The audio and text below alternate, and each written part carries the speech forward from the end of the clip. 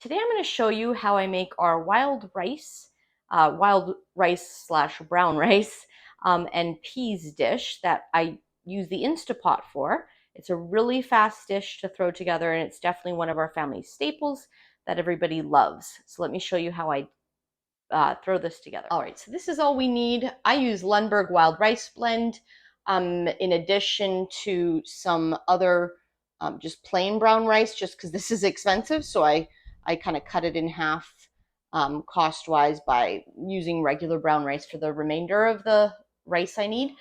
You could use only this rice blend or any other kind of rice blend, or even just straight wild rice. You just have to experiment and see what you like. It's just a little bit different flavor than just a plain old rice dish. I use dried onion, dried garlic. You could easily use fresh, but I keep it really simple and try to save time and cut corners wherever I can. And my family doesn't seem to mind. They don't really feel like it tastes any different than when I put more effort and more work into it by using fresh. I use some black pepper, and then I use some poultry seasoning that's salt-free.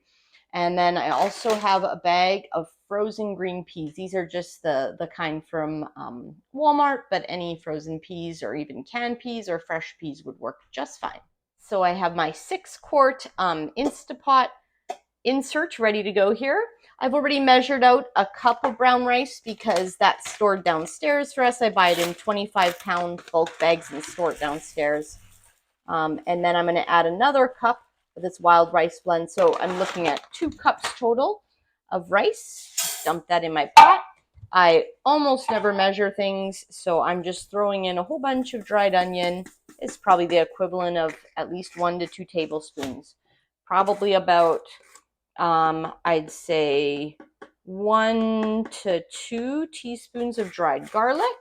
Just a little dash of black pepper. Actually, I'm not going to use that side. I'm going to pour too much out probably. And I only use a little bit of this because there's actually also some in the poultry seasoning.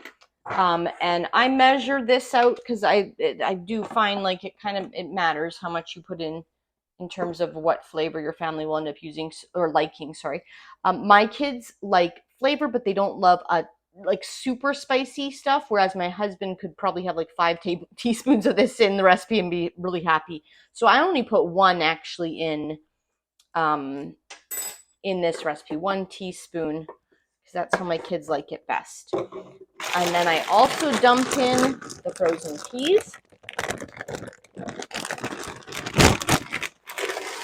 And these are still frozen. You can thaw them if you want to save some time. And now I'm going to go and get about 5 cups of water. I find the wild rice soaks up quite a lot of water in order to cook properly. So I use 5 cups of water. If you want to try less, a lot of people say the Instapot takes way less liquid to cook. I just don't find that to be the case. So this is how we make it work. I use about 5 cups of warm water. So I'll show you that when it's all ready to go, and we'll set up the Instapot together. So as you can see, even with my talking and explaining, that is just, it really does take minutes to throw that together, if that.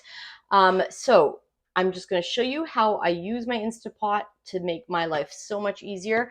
The wonderful thing about this is you could cook this on the stovetop, but it would require, first of all, me doing it at a time close to when we want to eat it.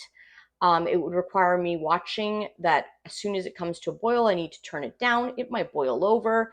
Then I have to be ready to take it off the burner as soon as it's done, give it a stir so it fluffs up. It's just a lot of babysitting. And that's really time consuming and hard to make work when I'm a homeschooling mom and I work several part-time jobs, and it's just a lot to juggle, and we want to eat whole, healthy plant foods and have been for 14 years. So this is one of the biggest tricks I have up my sleeve for making this work for our family and keeping us all fed with healthy foods, the Instapot. So this is why it's miraculous. It's not that it saves so much cooking time. I actually cook it quite a lot in the Instapot, and it takes time to come to pressure and time to cool. But I actually have to head to work here in a minute. So I don't want this to cook right now. It's only the afternoon. I want it to cook close to dinner time so that when I come home, I can scoop it out of the pot.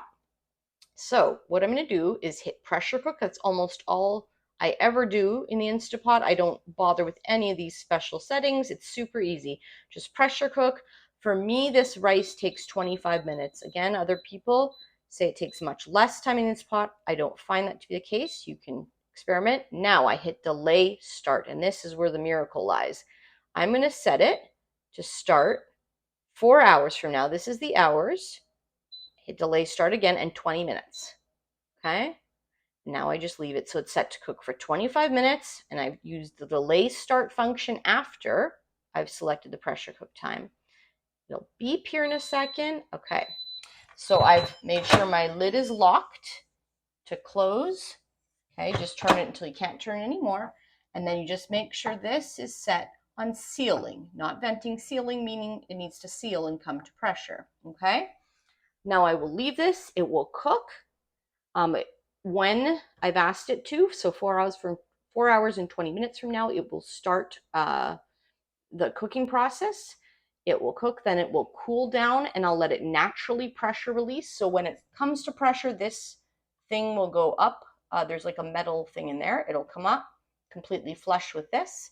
And then when it releases, it'll go back down, and then I'll be able to easily turn the lid. While it's cooking, just so you know, the lid is locked. You cannot, people are afraid of the pressure cooker sometimes. It really is safe. I've never had an issue. The worst that's ever happened is if my seal was old and needed to be replaced and it didn't seal properly and the liquid boiled away, and then it basically turns itself off and says burn because the dry ingredients are burning to the bottom of the pan. So that's the worst that can happen. Nothing else has ever happened. I've used these for, well over a decade now.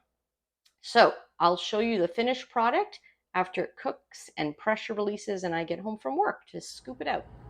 All right, so I'm home from work. It is 43 minutes since it finished cooking, and you can see it's showing pressure release. I can also tell because this is down and this is loose. So I'm just gonna open that up. I just let this dry on the counter, and we'll give this a quick stir, and you'll see it's perfectly, beautifully cooked. Lovely. And what I tend to do is I just scoop this.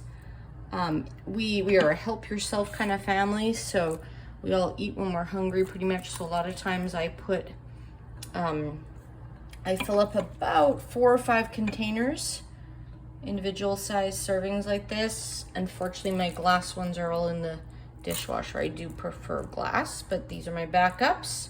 So just like that, and then I let it cool fully, and then we can all eat them either fresh or we put the leftovers in the fridge. And we have them for quick heat up lunches and dinners and just even snacks whenever we want them. My kids love it just like this. Sometimes, especially my older son, he puts a little hot sauce on it. I make homemade hot sauce, and also sometimes we just get a very basic cayenne hot sauce or something from Walmart. And my husband definitely uses hot sauce and other things on it. He's a condiment man for sure. So I like my food pretty plain. So this is one of our quick go-to meals, and I just wanted to show you how easy it is to make things like this when you use the Instapot. It really is even faster than making something like an oven-baked pizza. It's just so quick to throw together, and then you don't have to babysit it in any which way. You put it on, set it up when you have time to, and then it cooks just beautifully for whenever you're ready to eat it. I hope you found this video helpful. Please like and subscribe if you did, and feel free to leave a comment if you have other ways that you would like to share with me about keeping it simple.